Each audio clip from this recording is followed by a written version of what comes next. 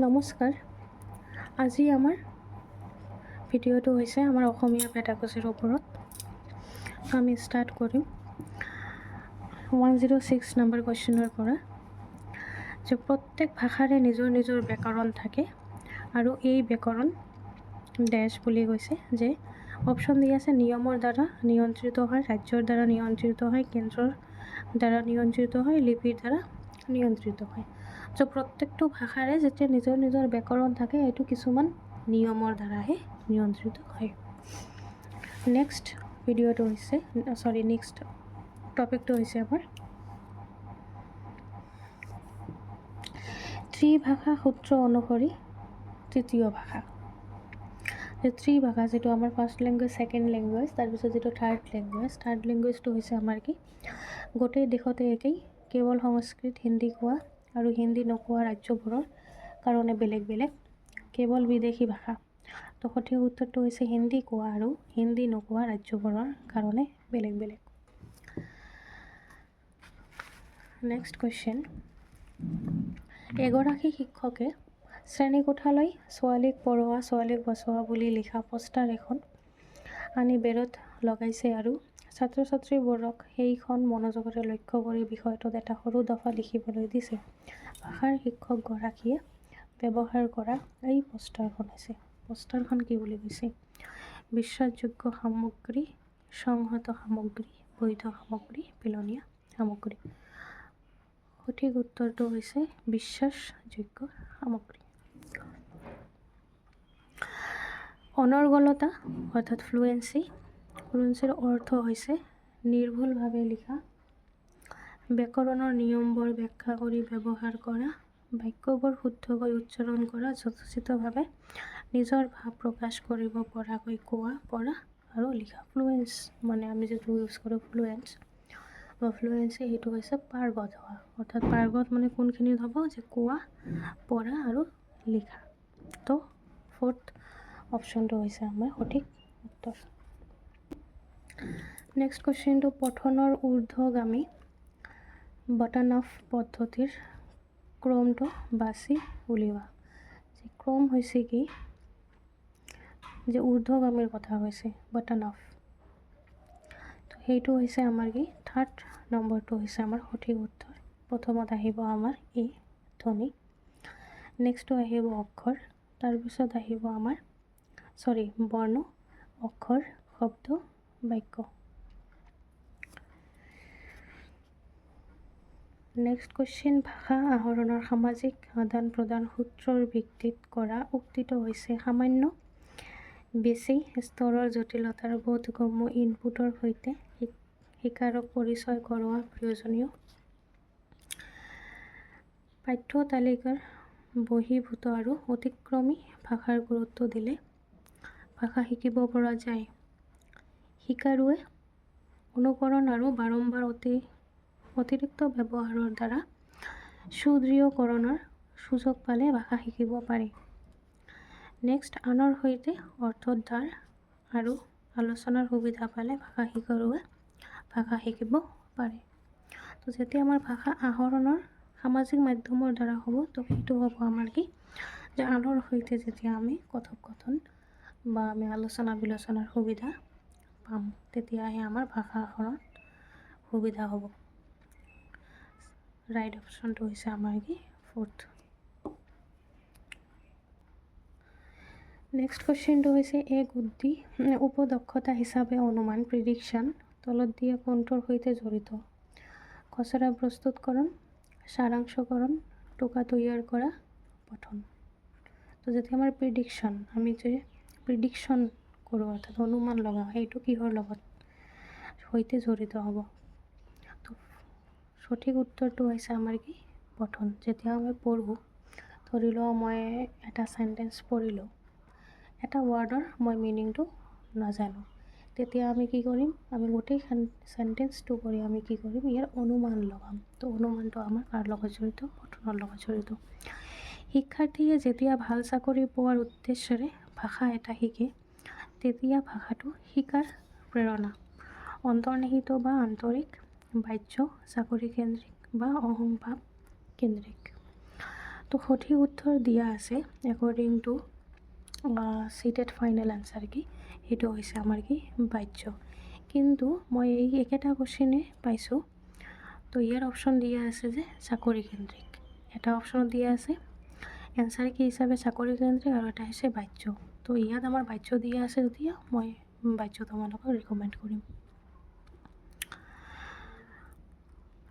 Next question, ভাষাৰ শ্ৰেণীকোঠা এটাত ছাত্ৰ ছাত্ৰীক তলত দিয়া কোনটোৰ সুবিধা দিয়াটো আটাইতকৈ গুৰুত্বপূৰ্ণ? শ্ৰেণীকোঠা এটাত মানে কেনেকুৱা ধৰণৰ সুযোগ আমাৰ দিলে সকলোতকৈ সুবিধা হ'ব বা গুৰুত্বপূৰ্ণ হ'ব? যে মূল্যায়ন কৰাৰ, অনুকৰণ কৰাৰ, ভাৱৰ আদান প্ৰদান কৰাৰ আৰু ভুলবোৰ কম কৰাৰ। তো সঠিক উত্তৰটো হৈছে আমাৰ কি ভাৱৰ আদান প্ৰদান কৰাৰ।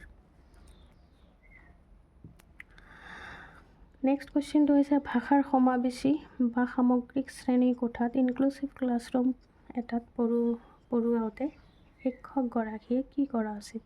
ইনক্লুচিভ যিটো আমাৰ ক্লাছৰুম সেইটোৰ কথা কৈছে যে মেধাৱী ছাত্ৰ ছাত্ৰীবোৰক দুৰ্বল ছাত্ৰ ছাত্ৰীবোৰক সহায় কৰিবলৈ কোৱা উচিত। শিক্ষণৰ বিভিন্ন কৌশল ব্যৱহাৰ কৰি ছাত্ৰ ছাত্ৰীবোৰক সহায় কৰা উচিত। বিভিন্ন ছাত্ৰ ছাত্ৰীবোৰৰ কাৰণে অধ্যক্ষৰ বিশেষ শিক্ষাৰ ব্যৱস্থা কৰিবলৈ অনুৰোধ কৰা উচিত। ছাত্ৰ ছাত্ৰীবোৰে যাতে শান্তশিষ্টকৈ বিদ্যালয়ত 6 ঘণ্টা কটায় সেইটো নিশ্চিত কৰা উচিত। তো সঠিক উত্তৰটো হৈছে আমাৰ কি শিক্ষণৰ বিভিন্ন কৌশল ব্যৱহাৰ কৰি ছাত্ৰ ছাত্ৰীক সহায় কৰা উচিত। কাৰণ ইনক্লুচিভ যেতিয়া আমাৰ কি ইয়াত বিভিন্ন ডাইভাৰ্ছ ষ্টুডেণ্ট আমাৰ থাকিব এটা ক্লাছৰুমত। তো আমাৰ বিভিন্ন ধৰণৰ কৌশল ব্যৱহাৰ কৰিহে আমাৰ শিক্ষণীয় কামটো আমাৰ কৰিব লাগিব। নেক্সট কুৱেশ্যন, ভাষা সক্ষমতা বা কুশলতাৰ কাৰণে তলত উল্লেখ কৰা কোনটো আটাইতকৈ গুৰুত্বপূৰ্ণ? শুদ্ধ উচ্চাৰণৰ সৈতে পঢ়া, পাঠ্যপুথিৰ পাঠবোৰৰ শেষত দিয়া পাঠ অনুশীলনবোৰ কৰা, সঠিকতা আৰু অনৰ্গলতা বৃদ্ধি কৰা, কম দামী অথবা বিনামূলীয়া শিক্ষণ সামগ্ৰী ব্যৱহাৰ কৰা।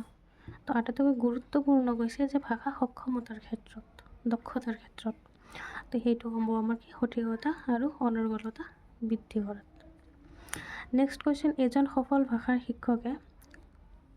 শিক্ষকৰ কথন সময় বৃদ্ধি কৰে, শিক্ষাৰ্থীৰ কথন সময় বৃদ্ধি কৰে, শিক্ষাৰ্থীৰ কথন সময় হ্ৰাস কৰে, গোটত কৰা কাম আৰু যুটীয়াভাৱে কৰা কাম কম কৰে। তো সঠিক যিটো আমাৰ উত্তৰ হ'ব সেইটো হৈছে আমাৰ কি শিক্ষাৰ্থীৰ কথন সময় বৃদ্ধি কৰে। যেতিয়া এজন ভাল সফল ভাষাৰ শিক্ষক হ'ব, যে ভাষাটো খুবেই ভালকৈ প্ৰয়োগ কৰিব জানে, ভাল জানে ভাষাটোৰ বিষয়ে, তো সেইটো কি হ'ব যে আমাৰ যিটো শিক্ষাৰ্থী থাকিব তো তেওঁলোককো কি কৰিব উৎসাহিত কৰিব আৰু কথা কোৱাৰ সময় যিটো সেই সময়টো বৃদ্ধি কৰাতহে গুৰুত্ব দিব। এনেকুৱা নহয় যে এটা ৱাৰ্ডত আমি কুৱেশ্যনৰ এনচাৰখিনি সমাপ্ত কৰিলে, এনেকুৱা নহয়। নেক্সট কুৱেশ্যন, যে অক্ষৰ ছপা সমৃদ্ধ পৰিৱেশ আৰু দেশৰ অবিচ্ছেদ্য অংগ। তো কি দি আছে অপশ্যন? বিদ্যালয় শ্ৰেণীকোঠা পঠন নিজ অথচ সাক্ষৰতা ভাষা নিজ সমপৰ্যায়ী সহপাঠী।